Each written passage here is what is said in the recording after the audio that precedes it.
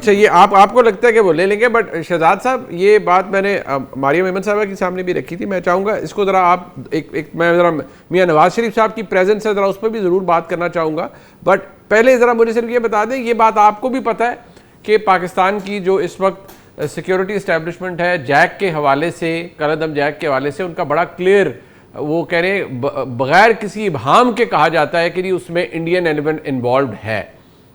کیا آپ کو پاکستان پیپلز پارٹی کی پوزیشن میں، بلاول بھٹو زرداری صاحب کی تقاریر میں، وہاں جو موجود پیپلز پارٹی کی ظاہری بات ہے حکومت ہے، وہاں سے بھی آپ کو ایگزیکٹلی ریپلیکیٹ ہوتا ہوا وہی بیانیہ نظر آتا ہے جو پی ایم ایل این کی حکومت وفاق میں دے رہی ہے، یا جو اسٹیبلشمنٹ پاکستان کی بتا رہی ہے کہ یہ انڈین ایلیمنٹ ہے جیک کے اندر اور ان سے کوئی نیگوسیشن، کوئی بات چیت نہیں ہو سکتی؟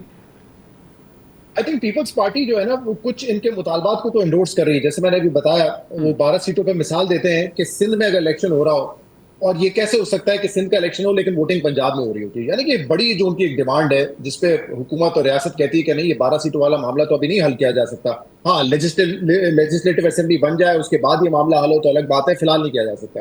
تو اس طرح کی کچھ ڈیمانڈ ہے جن کو انڈورس کرتے ہیں. انٹرنیٹ کی بات کر رہے ہیں، وہ کہہ رہے ہیں اسٹریٹ آف ہارموز کھلا سکتی ہے ریاست، تو یہاں پہ انٹرنیٹ بھی کھلوا دیں. بھائی کچھ تو آپ اس کا اونس لینا، اپنے ذمہ داری لیں. ریاست کے خلاف، ریاستی اداروں کے خلاف مکمل طور پہ نہیں جا سکتے، نہ وہ ان پروٹیسٹرز کو مکمل طور پہ ناراض کرنا چاہتے ہیں ان کے مطالبات کو رد کر کے. تو میرے خیال سے وہ تھوڑا سا اس میں ایک درمیانی لائن لیے ہوئے ہیں. آپ نے نواز شریف صاحب کی بات کی، اچھا لگ ایسے ہی رہا ہے، آپ نے بھی شاید اس کا ہنٹ کیا کہ اس وقت ایسا لگتا ہے کہ پیپلز پارٹی جو ہے وہ اپوزیشن میں ہے اور نون لیگ حکومت میں ہے. لیکن ہے اس کا الٹ، پیپلز پارٹی کی آزاد جموں کشمیر میں حکومت ہے اور نون لیگ اپوزیشن میں ہے، لیکن لگتا ہے اس کا بالکل الٹ ہے. نواز شریف صاحب کی آپ نے بات کی، اس پہ کیا ایک جو ان کا جملہ تھا جو بڑا وائرل ہوا کہ مجھے شہباز شریف صاحب کہیں تو میں یہاں پہ بن جاؤں گا وزیر اعظم. مطلب آپ پارٹی کے صدر ہیں یار، آپ نے شہباز شریف صاحب سے اجازت لینی ہے. آپ نے تو شہباز شریف صاحب کے اوپر ہاتھ رکھا اس لیے وہ وزیر اعظم بنے، اور اسی طریقے سے آپ جس پہ ہاتھ رکھیں گے وہ آزاد جموں کشمیر کا وزیر اعظم بنے گا. تو شہباز شریف صاحب نے یہ فیصلے نہیں کر رہے ہیں. تو یہ ساری آ رہے ہیں، ملک کا وزیر اعظم نہیں بنا تو کیا ہوا، آزاد جموں کشمیر کا میں جو ہے وہ بن جاؤں گا. تو جیسا جسٹ یہ پولیٹیکل بیانات. لیکن ایک چیز جو ہم نے دیکھی ہے منیب، جو اس پورے ملک میں اب ایک مسئلہ ہم دیکھتے ہوئے آ رہے ہیں، اور ریسنٹلی وہ آزاد جموں کشمیر اور جی بی میں بھی ہم نے دیکھا ہے، حق کے حکمرانی. ایک فری اینڈ فیئر الیکشنز ہو پاکستان میں، کہ جس کا رائٹ ٹو رول تھا، جو الیکشن جیتنے کی پوزیشن میں تھا اس کو نہیں جیتنے دیا گیا، ان سے مینڈیٹ چھینا گیا. لہٰذا 20 سال بعد ہم دیکھ رہے ہیں کہ بلوچستان ہمارے ہاتھ سے نکل گیا ہے. دہشت گردی ایک مسئلہ ہے، وہاں پہ سیاست ختم ہو کے رہ گئی ہے. ہم نے یہ اپنے نیشنل لیول پہ بھی ہوتے ہوئے دیکھا ہے، اور میں آپ کو بتاؤں آزاد جموں کشمیر میں بھی ہم نے دیکھا، کیونکہ آزاد جموں مسلم کانفرنس وہاں پہ تھی جو مسلم لیگ کے ساتھ ایک الائی بن کے وہاں پہ الیکشن لڑ رہی تھی. یعنی کہ ایک فیصلہ یہ تھا کہ جو مین سٹریم پارٹیز ہیں وہ آزاد جموں کشمیر میں انتخابات میں حصہ لیں گی، تاکہ ایک انٹیگریشن جو ہے ان کی پاکستان کے ساتھ وہ رہے، پاکستان کے ساتھ جو ایک لوائلٹی ہے وہ ان کی برقرار رہے. اس لیے مین سٹریم پارٹیز وہاں پہ الیکشن لڑتی تھی. دوسری وہاں پہ اوبویسلی لوکلز بھی تھے. بات کرتے ہیں جمہوریت کی، پہلا اسٹیپ یہی کہ آپ فری اینڈ فیئر الیکشنز کروائیں اور جس کا رول گورن کرنے کا حق ہے اس کو دیں.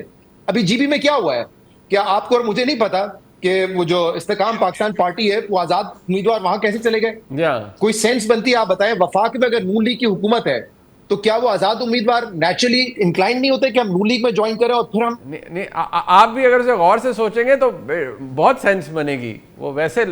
لیکن وہ اس لیے ہے کیونکہ وہ پیپلز پارٹی کے ساتھ ایک ان کو بھی جو ہے اپنے ٹوز پہ رکھنے کے لیے ایک اور پارٹی جو کہ obviously آپ کو پتا ہے کیسے کریٹ کی گئی، ان کی وہاں پہ حمایت ہو. تو میرے خیال سے یہ بنیادی بات ہے. ہم نے یہ ریسنٹلی کشمیر میں دیکھا ہے اور اس کے علاوہ پورے ملک میں بھی ہم دیکھ رہے تھے. اچھا مریم احمد صاحبہ، آپ نے یہ پاکستان تحریک انصاف کا I don't know 15th time انہوں نے اس طرح کے احتجاج کی کہا ہے کہ لیے ہم کال دے رہے ہیں، پتہ نہیں اب 5 اگست کو بتایا جائے گا کہ آگے کیا کرنا ہے. تو کوئی زیادہ امیدیں آپ کو لگتا ہے کہ عمران خان صاحب کے کارکنان کو یا سپورٹرز کو ہوں گی، یا دوبارہ کوئی ایک نئی ٹرک کی بتی ہوگی کہ جی اب ہم یہ کریں گے اور پورے ملک میں ریلیاں نکلیں گے اور سب کچھ ہوں گے؟ وہ نہیں نظر آ رہا جو جوش یا ولولہ چاہیے یا گراؤنڈ پر جو انقلاب چاہیے تحریک انصاف کو، وہ نظر نہیں آ رہا. دیکھیں پاکستان کی جو سیاست کی اگر میں کہوں جو سب سے بڑا ایشو رہا ہے نا وہ یہ ہے کہ نہ تو حکومتوں سے حکومت اسٹیبلشمنٹ کی مدد کے بغیر چلتی ہے، اور نہ اپوزیشن سے اپوزیشن ہوتی ہے اسٹیبلشمنٹ کی مرضی کے بغیر. اگر آپ جتنی بھی چلیں پچھلے ہم 15 سال کی سیاست کو لے کر دیکھ لیں تو اپوزیشن کرنا اپنے طے اتنا آسان نہیں ہے. 3 ٹیئرز کے اوپر اپوزیشن ہوتی ہے. سب سے پہلے تو یہ کہ آپ نے دیکھنا ہوتا ہے کہ آپ کی جو نیچے